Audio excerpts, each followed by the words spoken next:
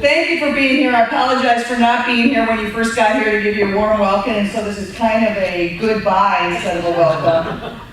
It's great to be here, and I tell you, it was great to spend some time with your mayor at the various mayor's conferences I've had. But it's great to see you, and thank you for coming here. I've learned, I knew it before, but I didn't quite feel it in my bones the way I feel it now, how much cities can learn from each other.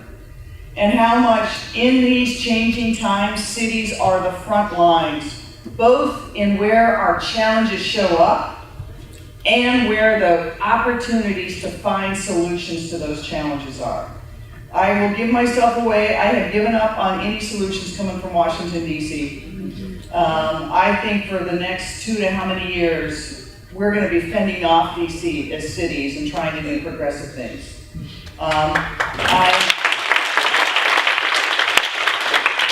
I know that you are in the hunt for HQ2. I'm sure we'll get some questions about that. I want you to know I'm opposed to it. I don't think there should be an HQ2. I think BO1 would be fine, Branch Office 1.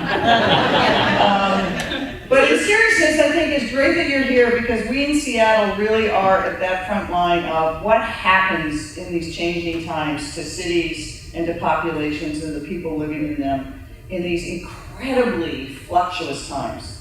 I think we are living in a period of time that history will write is more displacing than the Industrial Revolution. And that the new technology economy is leading people behind at such a rapid pace, it is impossible almost to keep up. And you see it where cities are where people are moving and living and where change is happening. But with that is coming all of the displacing and challenges to our social justice framework that we already felt as a society. Here in Seattle, we talk about the tale of two cities, where we have a city that has an amazingly strong and vibrant economy, where we have Amazon with 50,000 workers who come literally from all over the world and have driven a very high-level arts and culture, restaurants, you name it, Seattle's happening. But at the same time, Seattle is facing a crisis of affordability. People can't afford to live in Seattle anymore. And having grown up that, I can tell you that the people who've lived here sometimes for generations don't know whether they can stay in their homes, if they are lucky enough to have homes because property taxes have been so high. And their kids probably can't afford to live in Seattle. We are really losing our middle class rapidly. And so that's the challenge of a mayor is that what do we do when those neighborhoods who have been traditionally communities of color, where really the Black community in the city was able to etch out vibrant, arts and commercial and neighborhoods have been pushed out at such a rapid pace. How do we stop that kind of gentrification that can have such a negative displacing thing? And how do we close that opportunity gap between those who have grown up here but have been locked out of the opportunities and those who have the opportunities and many of whom have moved here? I believe as mayor that we have a separate education system, that education is going to be a critical component of that. We have on our ballot this November, Families and Education, Preschool, and Promise Levy. We've always, the city has supplemented our education since the 1990s. That levy expired, as did our preschool. If it passes, we will almost double the number of free preschool slots, which will go primarily to families that don't have the ability to pay for good quality pre-K. And I will tell you the data is so clear that if kids show up ready to learn in school, they do better. I mean, it seems obvious. Then we're going to take some monies and really try to close that opportunity gap because in Seattle it's shown up very clearly that kids of color are falling behind, particularly African Americans and Native Americans. And the gap is getting wider, not smaller. So how do we close that? So we were going to reprogram some of that health, wraparound services, homeless services, really fund those needs for our students.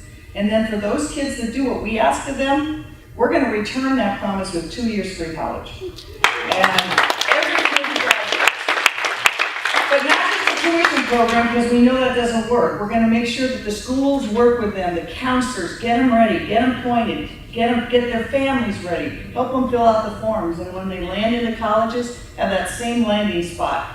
And then, if we do it right, we will also join it up with the next phase, which is good apprenticeship programs for kids starting in middle school, going through high school, so that when they graduate from those two-year college, they not only have experience on their resume, they have the ability to do these next generation jobs that are good family wage jobs.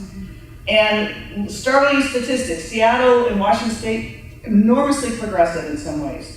But it's estimated that we will probably create over 700,000 jobs in the next 5 years in the Puget Sound region. 700,000 jobs, think of that. Most of them really good family wage jobs, but most of them require some post-high school college education certificate or training. Only 30% of our kids are getting it. So we're telling 70% of our kids, those jobs of the future, not yours. So we're trying to change that, and at the same time trying to figure out what are those things we can do to address people experiencing homelessness, to build affordable housing as quickly as we can, to really make sure that that job opportunities, whether it is working at the port or being a coder, can really be available to more. So it's a challenge. It's a challenge that I think cities are in a unique position to really address, because the populations are moving to cities. It's where the problems and the opportunities show up first. And here in Seattle, we're lucky, and I think it's a lot of Philadelphia. We got a population that's really on the main, committed to doing the right thing. They want help. So how do we channel that? How does the city, what is our regulation structure, our tax structure? How do we work with our nonprofits and our businesses to create a fabric? It's not always easy. Well, if it was easy, it'd be Portland. Anyway, I know you want to get to the panel. Thank you so much for being here. I look forward to the panel.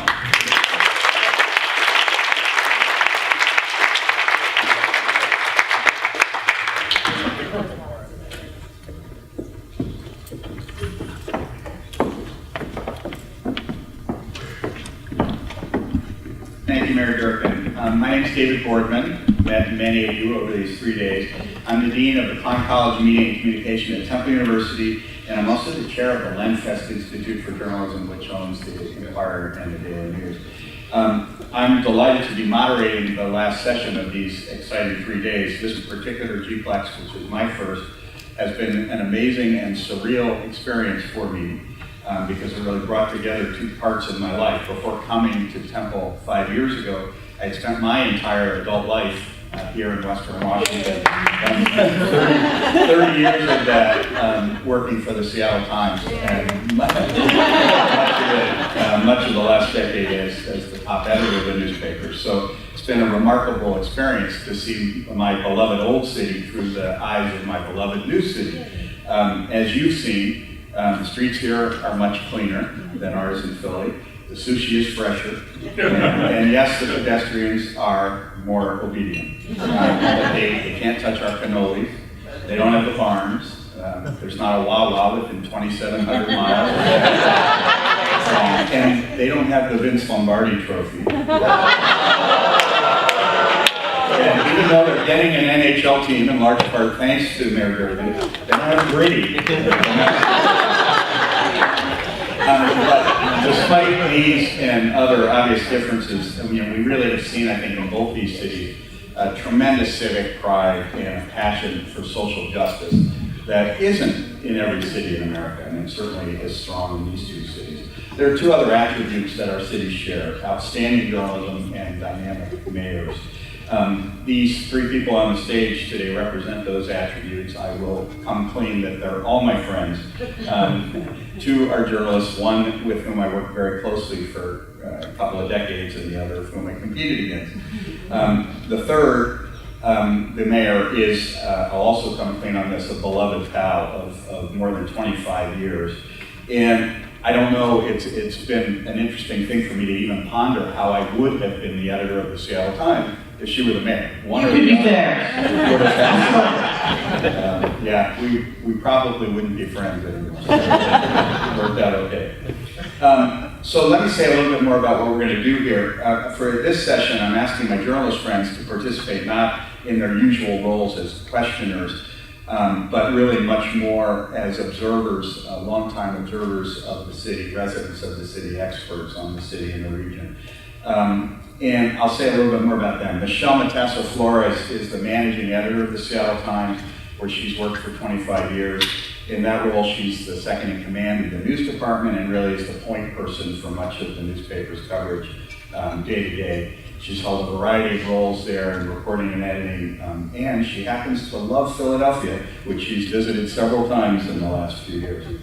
Knut Berger, or Skip as his friends know him, is a Seattle institution. He's a lifelong Seattleite, which is a rare bird in these parts. We have two of them, and writes about the city with an eye that's both reverential and critical. His work appears in a variety of venues and formats: the online journal Crosscut.com, public television, and Seattle Magazine. And he's the author of two books, one of which is particularly relevant to this discussion. The title is Pugitopolis: A Mossback Takes on Growth Addicts, Weather Wimps, and the Myth of Seattle Nice. And finally, a couple more words about Mayor Jenny Durkan, words that I would never say about her in public if I were the editor of the Seattle Sun. I first met her back in 1989. I was a young and aspiring journalist. She was a young and aspiring lawyer. We were thrown together on a story that we were both too young and too idealistic to understand was the kind of story that would never be published. She was representing a 23-year-old woman who claimed to have been drugged and raped at the home of a very prominent man. And in this case, torn right from today's headlines, this prominent man was not a Hollywood producer or America's dad. He was a member of the United States Senate. Spurred on by Jenny's determination and her integrity, it took 3 reporters and myself more than 3 years to find and tell the stories of a dozen other victims of this senator, whose name was Brock Adams. We were finally able to publish the story in 1992, and he immediately dropped out of the race for re-election, never to be heard from again. I think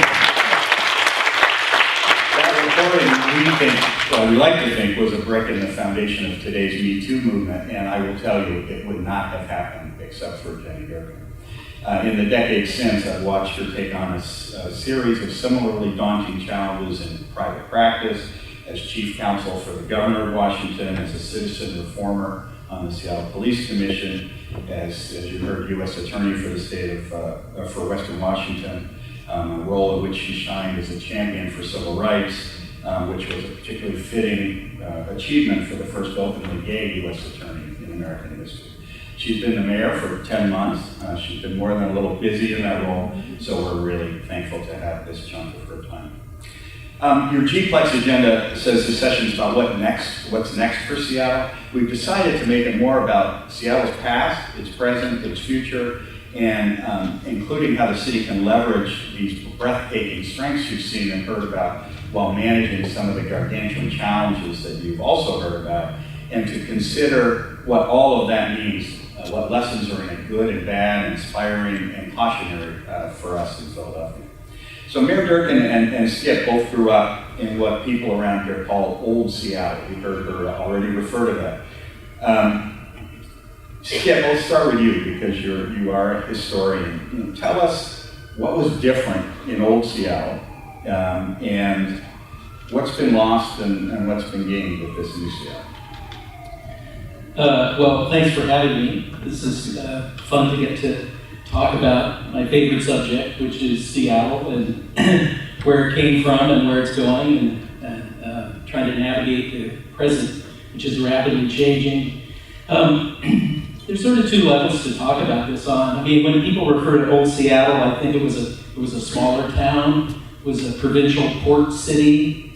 I remember doing a road trip to Philadelphia, actually. In 1971, I was 16 years old and I had a Jeep.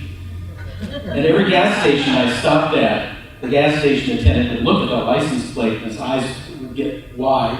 And he'd say, "Where are you from?" I'd say, "Seattle." And he'd say, "Oh, I was there during World War II on my way to the Pacific. It rains all the time." And that was kind of all we were known for. I think those of us who grew up in that Seattle, while it had problems, segregation and other issues, it was also a town that you could afford to live in. It was a place where your kids could afford to live in. And I think one of the other aspects of Old Seattle, certainly of the 1950s and 60s, was it had a civic presence in terms of columnists and civic debate that tried to pop the city's bubble as much as possible. We had a movement here called Lesser Seattle. People wanted it to stay small. They wanted it to stay a reigning secret. They wanted it to be a little mediocre. You live right at that point of tension, at that intersection, both professionally and personally. I mean, I know how much you love this place, and you love everything it has been and what it stood for, and it's your job to help manage where it's going. So talk about that, and how can you retain those things that all four of us love about this place and take it where it needs to Yeah, go? it's such a great question. It's interesting because I can remember when I was running for office last year, I was in one of the almost 100 candidate debates I went to, and one of the questions was about change. And so I said, so how many people in the room, if you could do it today, would just stop the growth in Seattle? Stop it for 10 years, let us get our bearings, just stop it. Almost every single hand in the room goes up. And I said, okay, now I want you to keep that hand up if you were born here. You know, almost every hand went down. So there's always this tension, I think, in human development of when you get there, it's your place, and how do you control that place? And I tell you, I grew up in this city and saw all the changes, and that is kind of what Seattle has been since its history. You know, we literally burned down. We had the gold rush and then bust. In the 1970s, I was here when we had the Boeing bust, and literally overnight, the city emptied out. You know, I can remember riding around this one little neighborhood near where we lived not in Seattle, but out in the country, and houses where my friends had lived were empty, vacant houses with weeds growing up. And it took a long time for us to get back. So we have been this boom and bust place. But at its core, I think you're right. Seattle's this place that has to be thinking about not just how do we fix today and make it equitable and just, because we've always been this place too. I think that everybody is a common person, and anyone who thinks they're not gets put in their place really quickly. And so how do we keep that equity but make it real, fix the really, really vast inequities we have, but build for that next generation, both infrastructure-wise and what the city looks like in 10 and 15 and 20 years. And history doesn't stand still.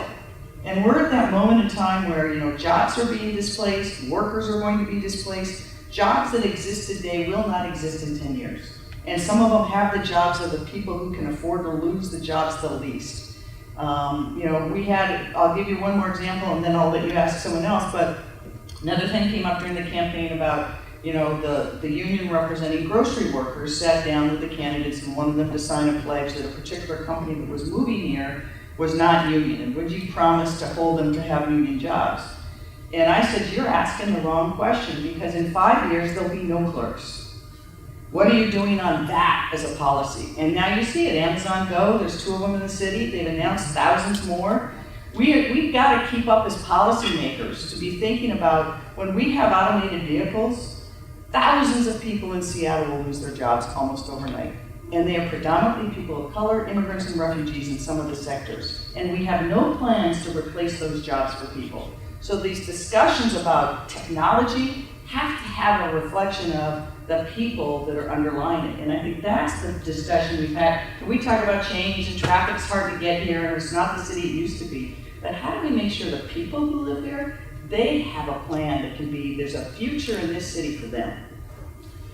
Michelle, this group has heard a lot this week about what seems to be a nirvana of cooperation and collaboration. A virtual sound garden where there are no 9-inch nails around and everybody gets along and works together. Labor and business, city and suburban officials, housing advocates, transit advocates.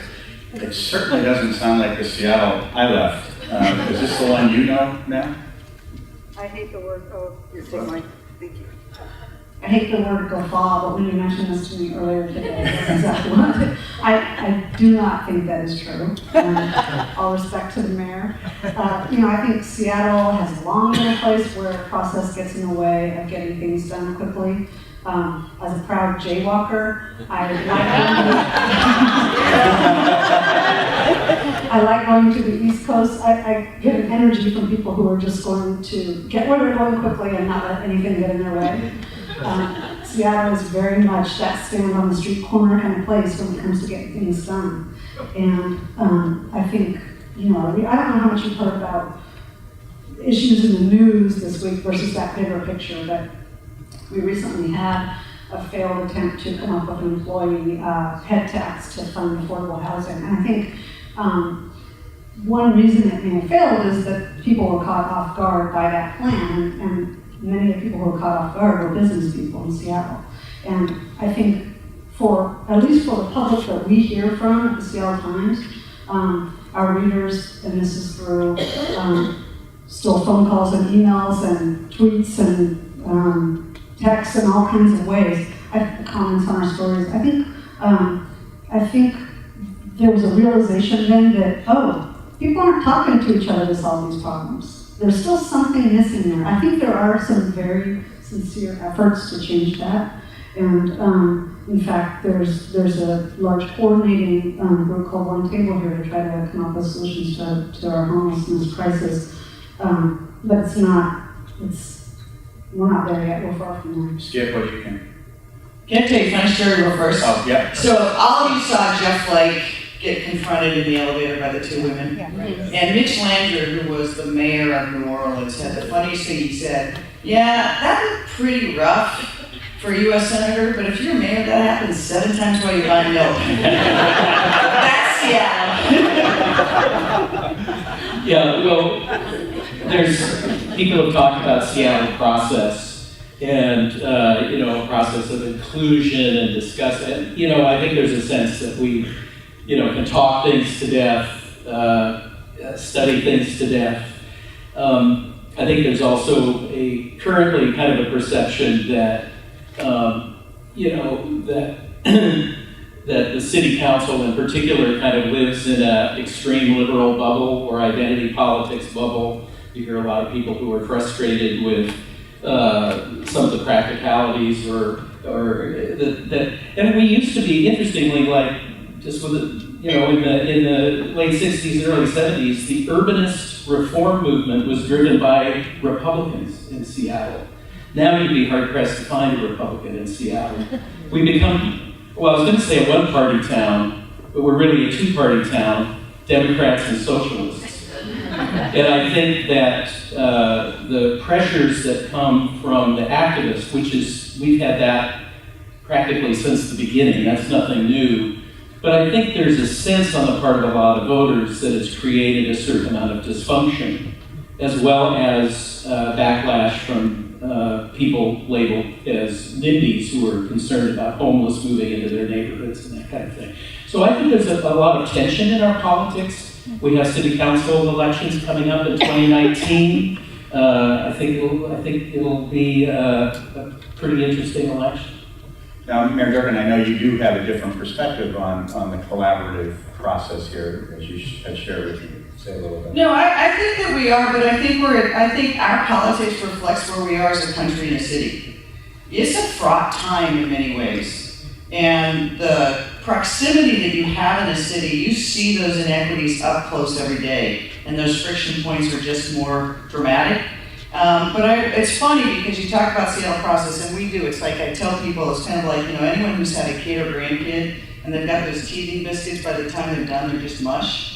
That's kind of how we do policy in Seattle sometimes. It's like we chew on it, we chew on it. But I tell you, if you try to speed things up, that's the first criticism. You didn't call this person, you didn't do this, we weren't ready, we didn't know.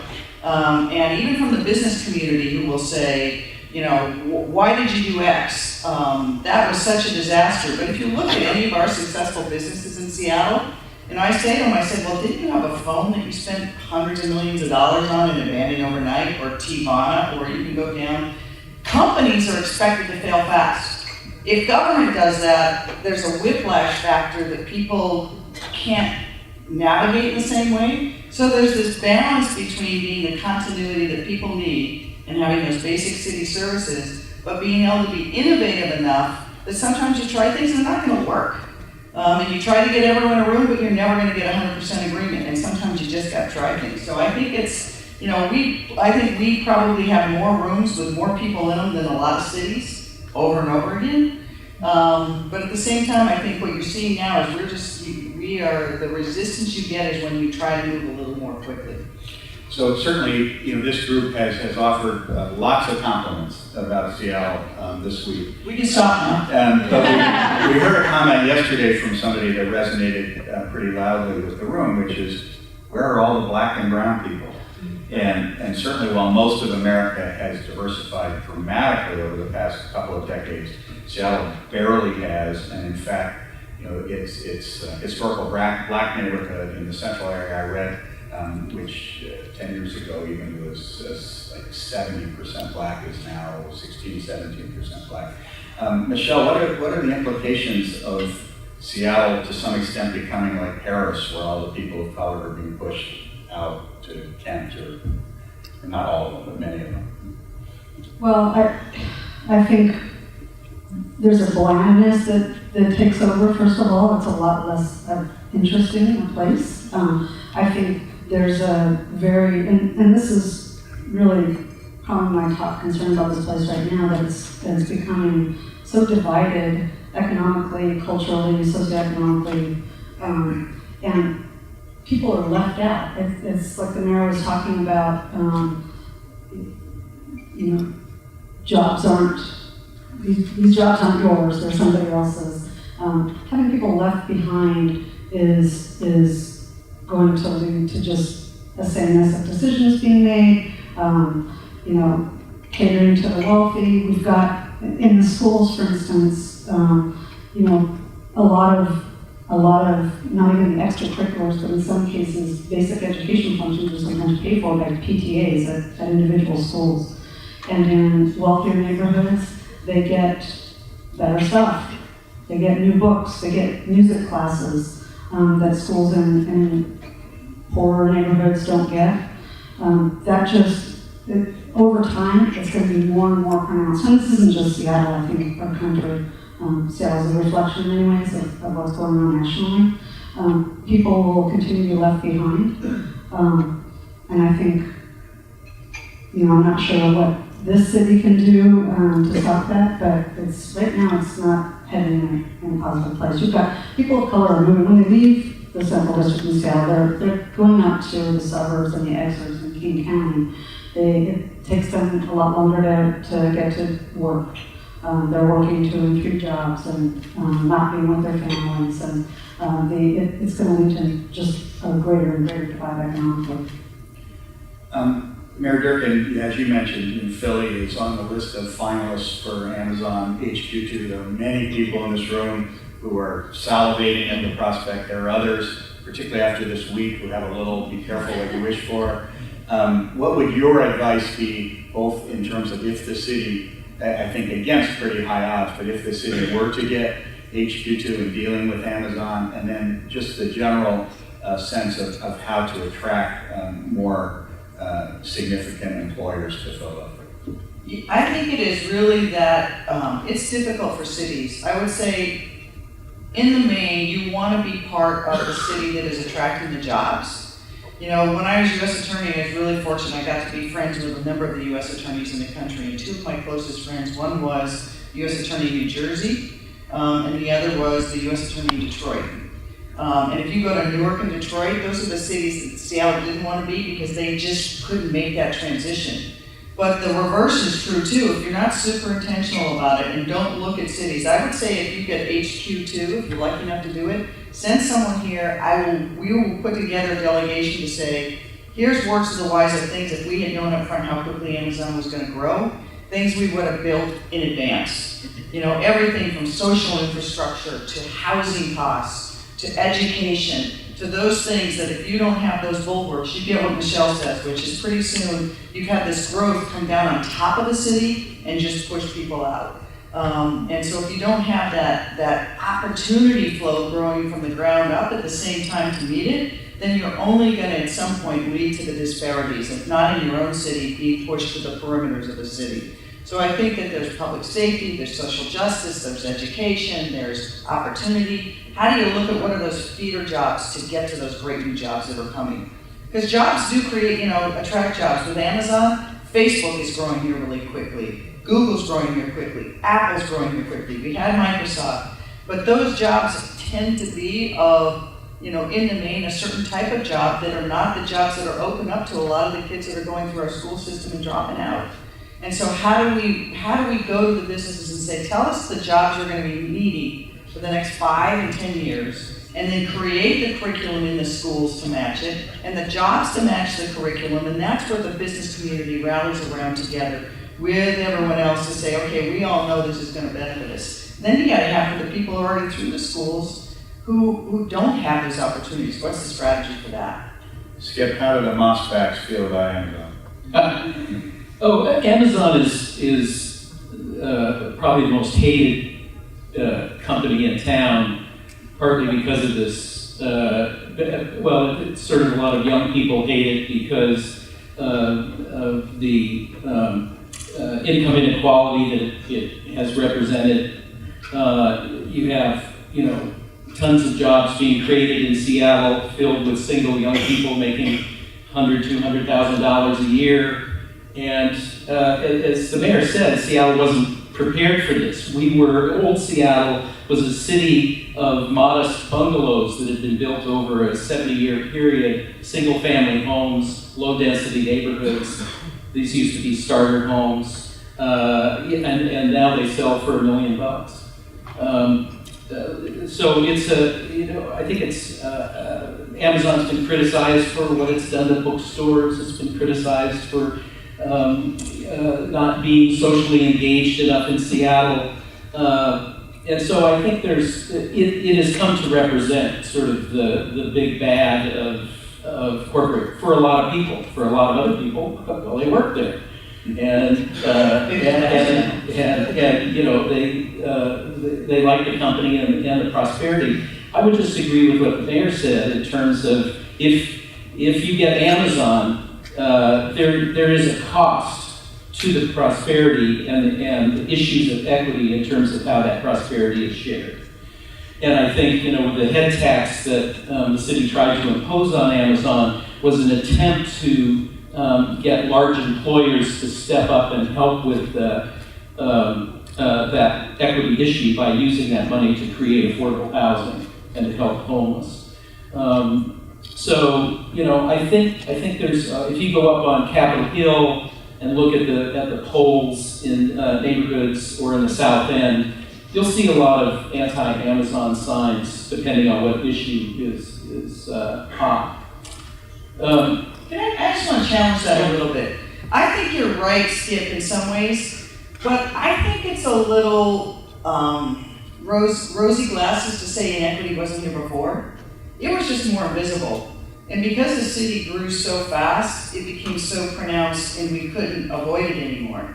I mean, before we had, lots of flop houses and people living in abandoned houses and a lot of homeless people, and proportionately on the population, it probably wasn't that different than today. The difference is we have no place now for people experiencing homelessness to be. There is no affordable housing. So I agree with you that it's become the banner, but I think it's too easy for us to say that's the cause. We're not going to stop growth in technology in America. And we are changing so rapidly as a country that if we don't figure out the solutions, then we're going to be constantly retrofitting ourselves as cities and as a country to try to back up. And so I agree with you that it's in many quarters the emblem and on the banner of this is why things are bad. But I think that we had a lot of entrenched inequalities in Seattle before Amazon opened shop. I think you're not wrong, but I think the ceiling has gotten a lot higher. There's a lot more wealth here and a lot more, I think, ostentatious wealth. Not that that's a bad thing. When Microsoft grew here, it grew more slowly. There was, I think, thought to be more of this place. The founder was a Seattle guy. Many of the people it hired, because it grew slower, were from around here. And they were given stock options, not huge salaries in the beginning or big signing bonuses, so they were much more, their wealth grew more organically or something. I covered Microsoft in the mid-90s, and you go out to the parking lot there, and the hot new car, the show of wealth was a jet.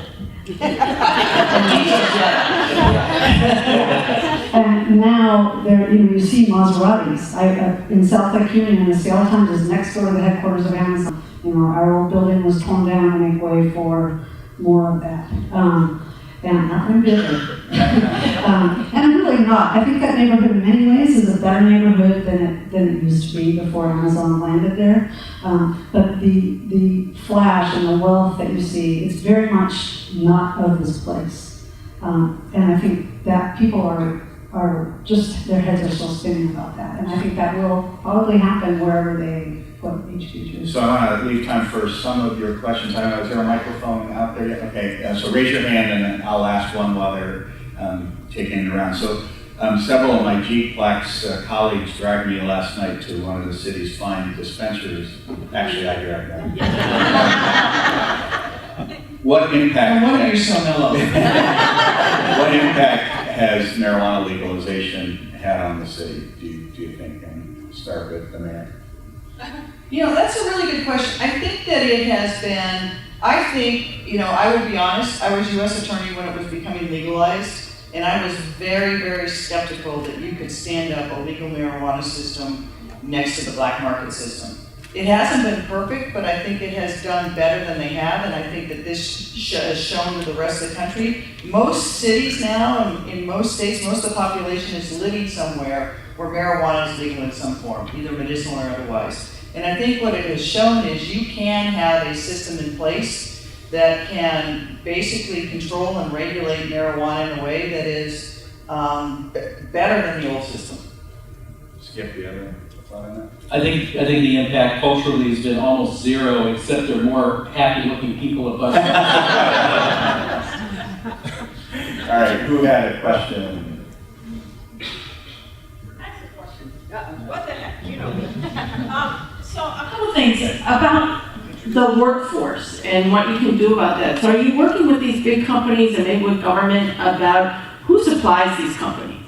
Right, because not everybody in an office building is a tech worker, right? So the facilities maintenance, where they're getting, I'm sure there's like a hotel industry where they're getting their sheets and their towels and all of that. So is there a concerted effort within the city to go to these major companies and employers and even city government about saying, is there anything we can do with our vendor and supplier business in order to promote, kind of jobs or a different level of workforce based on all the support that's needed? And I would like to get a better understanding, kind of asked this question of the transportation people yesterday, but, at what point is the sort of that top level techie class going to realize, oh my God, I can't get any of the support services I would like to have, in my sort of ideal community because no one's going to travel 2 hours to make $15 an hour.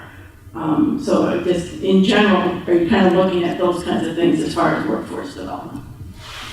Great question, and yes, and I think we have to, because Michelle brought this up, is if you look now, partly because of displacement and largely because of cost, the people who earn the less can't live in Seattle, by and large. And so they're traveling the furthest, sometimes for 1 or 2 jobs.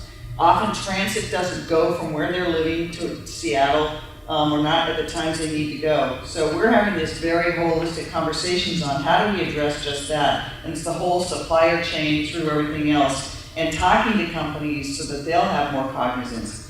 I think it was a really good thing that Amazon announced that everyone's going to get $15 an hour.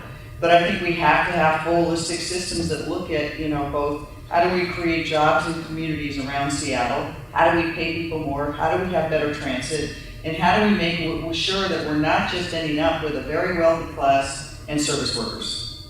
And that's, and how do we make sure we have that, just not the workers, but where those workers can live in Seattle. Question here? Yeah, hi, Chris Policy from the Phillies Office of Transportation and Infrastructure. It seems we heard a lot of great. We're looking for a new head of our Seattle plant.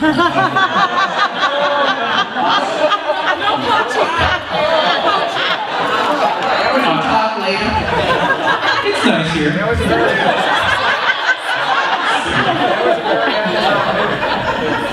So, we heard lots of great stories about, ST1, ST2, ST3, in order to get people where they need to go, but, you've got this huge housing problem, and how much of the solution to that affordable housing problem is, just having that fight to upzone that 70% that's low density residential, and then letting the market, take it the rest of the way to build more housing in the city, and how much is other slightly less, government sets the thing and then steps back, and how much is it like government really directly gets involved to build, just the masses, oodles of affordable housing that's needed. So I think, they may have comments too, I think it's all of the above. First of all, it's not a Seattle problem, it's a statewide problem. And I've had conversations, national problem, thank you. We've had conversations, we're trying to lay the framework to have a housing production effort on the scale of Sound Transit 3. To say, if we are really gonna be that community where people are gonna be able to live and work, we've got to do it big, and Seattle can't do it alone. So how do we make sure that that's the next big push in this region, is build affordable housing? And not just poor housing, the lowest, but also that middle class housing that is just diminishing so rapidly that there's nowhere for people to have if they want home ownership. The second thing is, and zoning is always this like, God, if we just upzone single family. So people often quote, 70% of the city is locked up in single family housing. Actually not true. If you take out the parks and the roads in Seattle, about 33% of the land is in single family. And a good portion of that at the fringes actually has grandfathered in duplexes and stuff. So what my approach is, let's try to do what people want upzone first in single family, which is mother-in-laws and backyard cottages as quickly as we can, so that pretty much every lot could be turned into a triplex. And at the same time, build as much multifamily as we can, as quickly as we can, and have formulas for home ownership as well. We are working right now to stand up a middle-class housing advisory committee, working and then going to the Rockefeller Family Foundation and Kresge Family Foundation is going to have an effort in opportunity zones. I don't know if Philadelphia's got any of those approved, but get them ready, because there's going to be Wall Street coming to the table with money, and I think that's going to help cities. I want to ask a somewhat self-interested question. While the city and region is in this spectacular boom, one of its most important institutions, journalism, is to some degree in a tailspin here and around the country. How does that matter? What are the challenges of that for journalists, as there's so much more to cover and so many fewer people to do it? Start with Michelle. Yes. All of that. At the Seattle Times, we remain proud of the journalism we're producing, in spite of all the challenges facing our industry, but our newsroom is a third to a half the size of what it was in the late 90s. The Capitol Bureau in Olympia is most more as soon as the cutbacks in cultural coverage. I think we are, in spite of that, very focused on a few subjects in particular where we really dive deep, and it's all about informing the public and shining a light on what's going on, calling out inaction or lack of coordination, giving voice to all types of people so that they can be heard when these important decisions are being made. I think the requirements of us have never been greater. And I'll say, and that is a newspaper that's been owned by the same family for 122 years and really dedicated to quality. So you can imagine it's much worse at a lot of other places around the country. I want to use the opportunity to underscore for all of you how enormously blessed we are in Philadelphia with Jerry Lenfest's generosity and the situation in Philadelphia where the Inquirer staff is actually growing. And I think you'll all agree. And that's the Philadelphia Inquirer, right? Not the National Inquirer. The Philadelphia Inquirer, and where we're actually seeing advancement. So time for one more question. Yes. Hi, my name is Anna Liu. I'm with WHOS Time Philly, so we're the public media station, and then Time Philly focuses on Philadelphia's neighborhoods. David, you took part of my question, so I will rephrase mine. My question, I think now is a little bit about the role of local journalism, since Seattle's in the national and international spotlight so much, and with news desks and newsrooms being sort of cut by half and by a third, if what is going on in Seattle, if you're writing in part for a national audience, how can you continue, and the fear of losing what's local, both the local population, the local culture, and everything else, how do you speak to the folks who already feel like they're not being heard or not being represented, while at the same time, watching as New York Daily News their newsroom is getting cut in half, the Metro desk at the Washington Post is close to non-existent because there's so much attention on what's national. How do you balance that when you know that at the national level people are watching Seattle and other cities want to know how Seattle is handling things so that they can learn lessons? How do you Skip, you wanna- Sure. Well, I'm in the public media business also. Crosscut is a nonprofit website. We're 11 years old. I think we're the oldest media startup. In the sense that we... Frank Logan calls us a media startup. Yeah, I think every news organization has to be a continual startup because things are changing. We're affiliated with a public television station, KCTS 9, and so which has both kind of web and television. Our approach is to partner and work with other media organizations. To take advantage of everyone's strengths. We've done projects with the Seattle Times. We've done things with KUOW, which is the NPR station in town. So we look for partnering. Our newsroom is growing. It's also diversifying, which is a real effort that we're making to be able to get more perspectives on Crosscut. We're still kind of reading oriented. And I think that there's a lot of room for improvement in things like TV coverage and whatnot, because I think the local broadcast stations have suffered, declines and also very low ratings. People are tuning out broadcasts; they're getting their news in other ways. So. We also reach out through social media in ways, I think, to try and diversify. And we cover what we think are the major stories that are Seattle-based that affect the region and to some degree the country.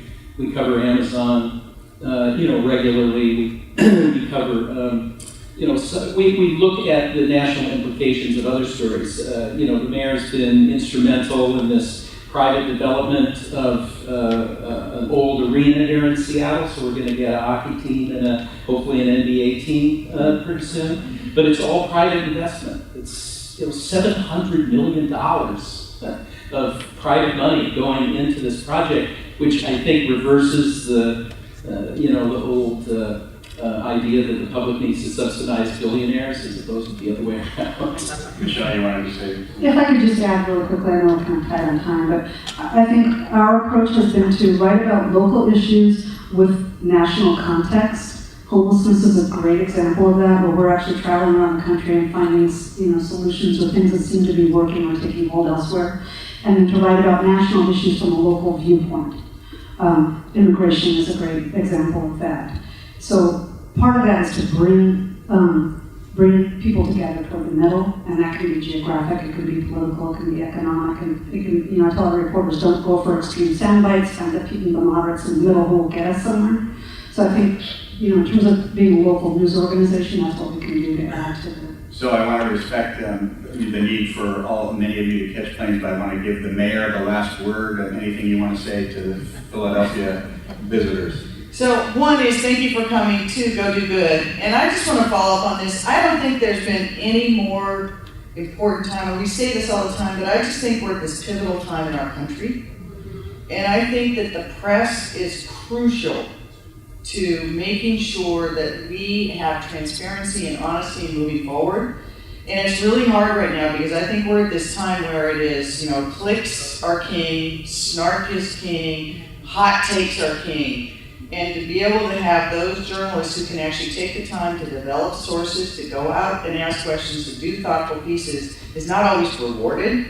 And it's not that the parts, you know, I can tell you, we take a fair amount of hits. And if they're good, clean hits, it's good. I mean, it's never good, but it's fair. But it's good for society. But I would say, you know, don't just, it's so right now, I would say that journalism is having a really hard time finding its footing. And if you look at the national level, the president drives every news cycle by the tweet he does in the morning. And then you have 3 talking heads who yell at each other all day long. And in the meantime, some really important issues are happening in every city around the world. I mean, there's still a war in Syria, folks. You know, there's famine in Africa. There's all these things that are going on that's really hard to get attention. So as you're a policymaker, then you start to, you know, government moves to that, and you don't want it to. You want us to be thoughtful. You want us to not just do things because it's the quick click or the popular thing. Sometimes you got to do the harder thing. But it only happens if everyone in this room stands up and supports journalism. Please join me in thanking